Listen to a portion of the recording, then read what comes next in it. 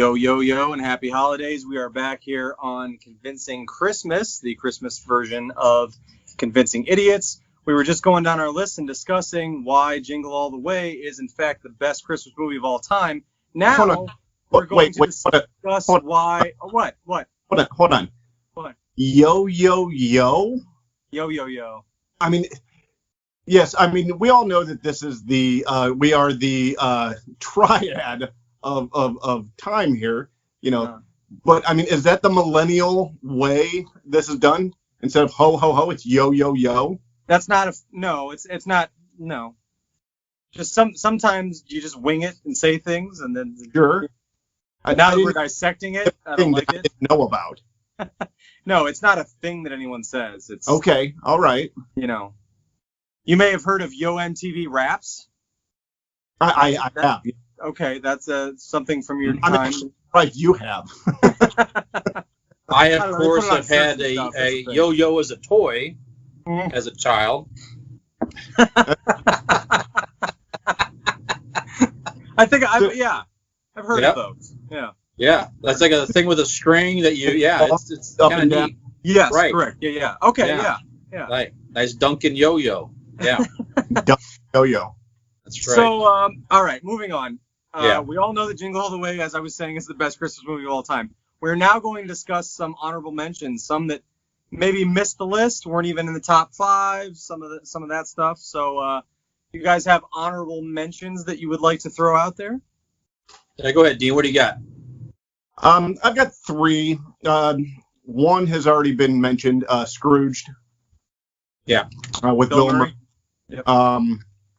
You have it was, especially for the time period, it was a unique take on the Christmas Carol story. I know a lot of TV shows did it. Like I remember Family Ties did an episode where they did their version of it. But Scrooge, at the time from Ghostbusters and Stripes, Bill Murray was hot. Yeah. So hot. Yeah, I mean, Bill Murray at the top of his game. He was. Movie. Yeah. I mean, he's always on the top of his game, but, that's nor here nor there. Yeah. Another one is The Simpsons, episode 1. Yes. Helper. Right. Homer goes ahead and gambles the Christmas money away, and they go to kick out the dog for losing, which, is the reason Homer also lost the money, and he brings them home and is the hero of Christmas by getting them a dog. And you're right. The first full episode of The Simpsons. You're right. 1988 or 89. What's that? I believe so. 88, I believe. That was a good year. That's the year Nick was brought into your lives. Yeah. So and Simpsons have been out 31 years since consecutive. Wow. Pretty amazing. But a good episode. You're right. And then 32, if my birthday math is correct. Thank you. How you are? Yo. I can do math. It's all together now. I get it now. All right. My last honorable mention, and I think we need to, as who we are and how this podcast got started, I think we need to touch on it. The Star Wars Holiday Special. That's your honorable mention? That's my honorable mention. Oh, boy. Well, let me explain. For the simple fact that I didn't watch it until later in life. Actually, to when I had my own son. And him and I were like, he's a huge Star Wars fan as well. So we thought, let's go ahead and watch it. And it is awful. I mean, there's nothing redeeming about it. I mean, there's B. Arthur, there's Wookiee porn. Those two aren't the same thing. I mean, it's awful, but it does. There's Luke's weird haircut. There's right, and his makeup. You would think like the makeup that Luke wore. I think the person doing the makeup for him was more doing makeup for like silent movie era films because of like the rosy red. I mean, everything was so exaggerated. And Carrie Fisher did admit that she was on acid through the whole thing. So is whoever made it. Right. Well, a lot of those writers were those sketch writers from like what did the Carol Burnett show and stuff like that. So they were used to doing these variety show type writing. So that's kind of what you got. Yeah. So, yeah. And Carter and I watch it every year, begrudgingly, but we still do it. That angered me as a child. That was back when Star Wars was huge. And I remember, this is kind of exciting. And even as a kid, I'm like, this is horrible, terrible. So tying into that, this was great because actually, Dean, you and I haven't even talked about this off camera, nor have Brian and I. Have either one of you watched the new on Disney Plus Lego Star Wars special? I did not watch it though. No, is it good? They tie in Life Day and Chewie's family is in it. Like that is tied in. Wow. And they tie in the original, prequel, sequels, all of it. I really liked. I just chuckled to myself and I'm like, that is great self-awareness that they put in the grandpa and the wife and from that even. Because that's so many kids don't even know it. Hell, like you said, you watched it with your son. Same thing. I never watched it as a kid. I didn't know what it was. Actually, Dean told me about it. I had no idea what it was. We watched it, me and my kids, and I was like, I tried 2 times before I ever saw it all the way through. It's just so bad. And like, I like that they threw to that and added some of those characters and mentioned Life Day and all that stuff. I enjoy Brian. You get a kick out of it. It's good. I will watch it. The best thing about that, I remember the original that was the first appearance of Boba Fett. That's right. Yeah, in the cartoon. Yeah. Yes. Yep. That was cool. Other than that, it's a piece of garbage. Yeah, that's right. I think. Yeah. That's right. But what else, Dean? What else made your honorable mention? Anything else? Well, kind of hard to top that, eh? Well, that's the end of my list right there for honorable mention. Yeah, I gotta go out with that. Things I don't like. But and you got honorable mentions? I have a few honorable mentions, and we'll go to stuff we don't like. So I've got It's a Wonderful Life. Talked about that already. Very nice story in general. If you haven't seen that movie, watch it. Anybody listening, you have to see that at Christmas time. The Grinch. Fight the urge to do a Jimmy Stewart impression every time it's brought up. Like inside, it wants to come out, and I fight it. Sorry. I want to hear it. Well, you want to hear it? Well, I'll give it to you. I'll give. You know what I do? I'll rope the moon. I'll tie a lasso around it and I'll pull it down to you. It sounds like Dean, but like a little hoarser. I didn't say it was good. So this is me smiling, drinking a beer, happy. I'm imitating if Dean would not exist. Oh. Well. I'm kidding. We would be very sad. We'd be very sad. The reason I drink, Brian. We would be very sad. I guess that puts that whole best friend debate to rest. Real. Jesus. That would have been real fucking quick. I'm joking. Come on. Life would be sad without you. And by the Grinch, I mean the original animated special. We watched that this weekend, Allie and I. I mean, that is just the animation. That's by the same people that did some of the Looney Tunes, the later Looney Tunes, and Tom and Jerry's. Boris Karloff narrating it. The song, just the story, Dr. Seuss story, everything is just great. The Jim Carrey movie is pretty good. I mean, I do like that. That was like Peyton's movie she would watch over and over and over. If you have young kids, there's a couple movies that they would watch over and over again. There's definitely some funny moments in there that I like. Yeah, like Passion of the Christ. Yeah, right. A lot of good. A lot of great moments to rewind in that, right, Dean? Yeah.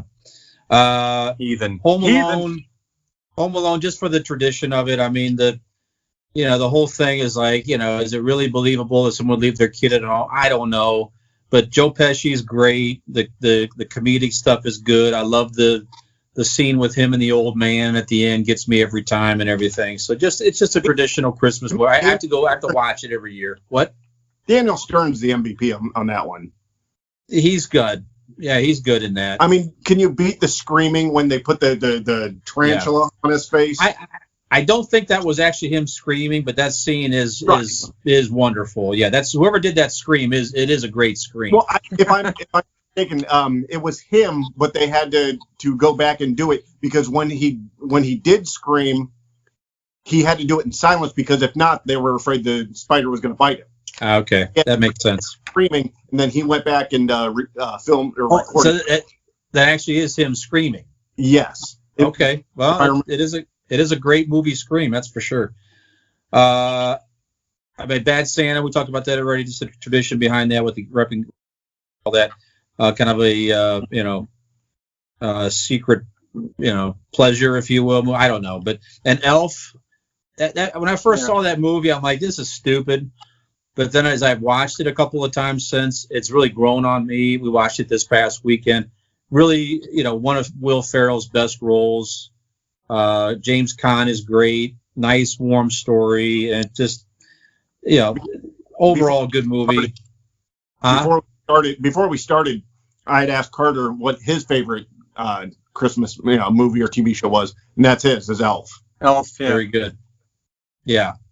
I've got just two more. The South Park Christmas episodes. Name anyone really for me. I'll name all of them. Mr. Hanky, all that stuff. I mean, those are just hilarious. Go back to the late 90s. Those began. Was it a Christmas episode when Jesus fought Santa? That was actually, that was their first thing that they ever did. They made like a clip, short film, when they did the cardboard and all that stuff. And there was a later episode to where they made a movie. The kids made a movie to show at Christmas time to bring back the spirit of Christmas. Showed their actual movie. I think it was their actual movie in the background. That was like them making the clip that got the whole thing started. It was actually pretty good. My favorite was when Jesus goes over to Iran. I'm sorry, Santa goes over to Iran to try to get and Jesus comes in, to guns down people and stuff. I mean, that's pretty good. It's got the double guns and everything. Yeah. Yeah. And then it's Santa getting tortured and all that. Oh my God. Yeah, it's pretty good. I think the original Twilight Zones are still on Netflix. If they are, go back and watch. I don't know what season it is, but Night of the Meek. Art Carney plays like a downtrodden department store Santa, and he finds a magical bag. All he wants to do is be able to give a Merry Christmas to kids in his poor neighborhood where he lives. So just, if you've never seen that, go and watch it. It's not some of the Twilight Zones, as you know, are very, a lot of those are weird and ironic and things like that. This is just a nice, sweet Christmas episode. And you'll catch the guy in there also. That's the voice of the original Piglet and Winnie the Pooh. That actor is in this as well. As soon as you hear his voice, you know exactly who he is. But anyways, go back and watch it on Netflix. Night of the Meek, for a great acting by Art Carney in that episode. So I watch that every year. So that's my honorable. I don't say my top 5, but it's definitely honorable mention. I will watch it every single year. So Nick, what do you have any honorable mentions for you, Nick? I do. I've got I've got a newer one on there. I thought it would be cool to throw in a newer one. In 2018, Netflix came out with the Christmas Chronicles, which is a Kurt Russell Santa Claus. Yeah. Fun. Yeah, they came out with a new one this year, which is a little out there, and it's not anywhere near as good. But the first one I really liked. I thought it was a good storyline. It was kind of cool. I was very interested in it, and of course, Kurt Russell in anything signed me up. So that was one that I really enjoyed. I thought it was a good, newer, modern, well done Christmas movie. Yeah, Kurt Russell plus long hair, or beard, equals greatness. And he anything has a he's been solo in a jail. Like, come on, as Santa. Think about all his roles where he had long hair and or a beard. Terrific. Right. Snake it's always an ace. Plissken. The Thing, we talked about in the horror episode. I mean, Yeah. oh, yeah. So anyway, The yeah, Tarantino I did enjoy the first one. What's that, Dean? Yeah. movie where he had both. This one, he definitely had both. No. The Tarantino movie, was it Hateful Eight or not Hateful Eight? Hateful Eight. No, not Hateful Eight. It was Death Race. Which one was? It was a Hateful Eight. Where he was taking the girl and Yeah. the sheriff, and then they all Yep. got stuck in the cabin. Yeah, Was that one? Was it? That's Was right. that the one? Okay. But he had the full beard, and he Yep. he had nothing going on. yeah. It's a Hateful Eight. You're right. Yeah. Okay. Okay. What else you got, Nick? But yeah, that was a good one. Let's see. I also wrote down. I don't know if you guys are familiar with this.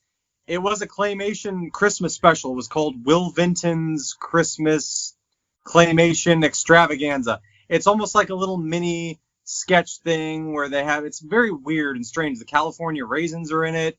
There's all these weird little musical numbers. And it's kind of hosted by these two dinosaurs that are in this Christmas town, and it's very odd. I grew up with it. It's a very niche thing. I don't even know. I've looked it up. YouTube's the only place I can ever find it.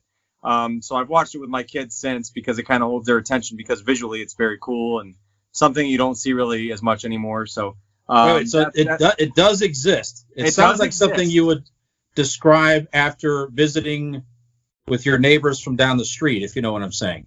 Yeah.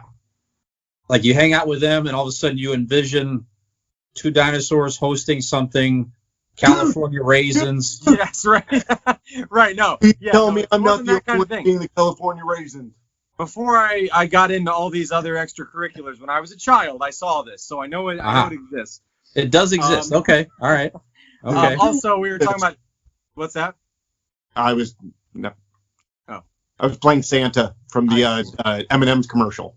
I see. There's another Christmas commercial. Yeah, Yeah, that's a good one. Yeah. tying it in. We were talking about TV episodes. One of my favorites is the Family Guy Christmas special, where they go to the North Pole because I don't even remember why. I think Stewie wants to give a letter to him or something. I don't know. They get up there and they find out in modern day the North Pole has been run down. It's all smoggy. Yeah. Santa is just drained. He's like, do you have any idea what it takes to make like an iPod or an iPhone? Like, it's just, these kids want these things that are so ridiculous. We used to make, wooden trains and shit. Now it's like, you know what I mean? So Santa's That is a good one. had it. The factory is just overwhelmed.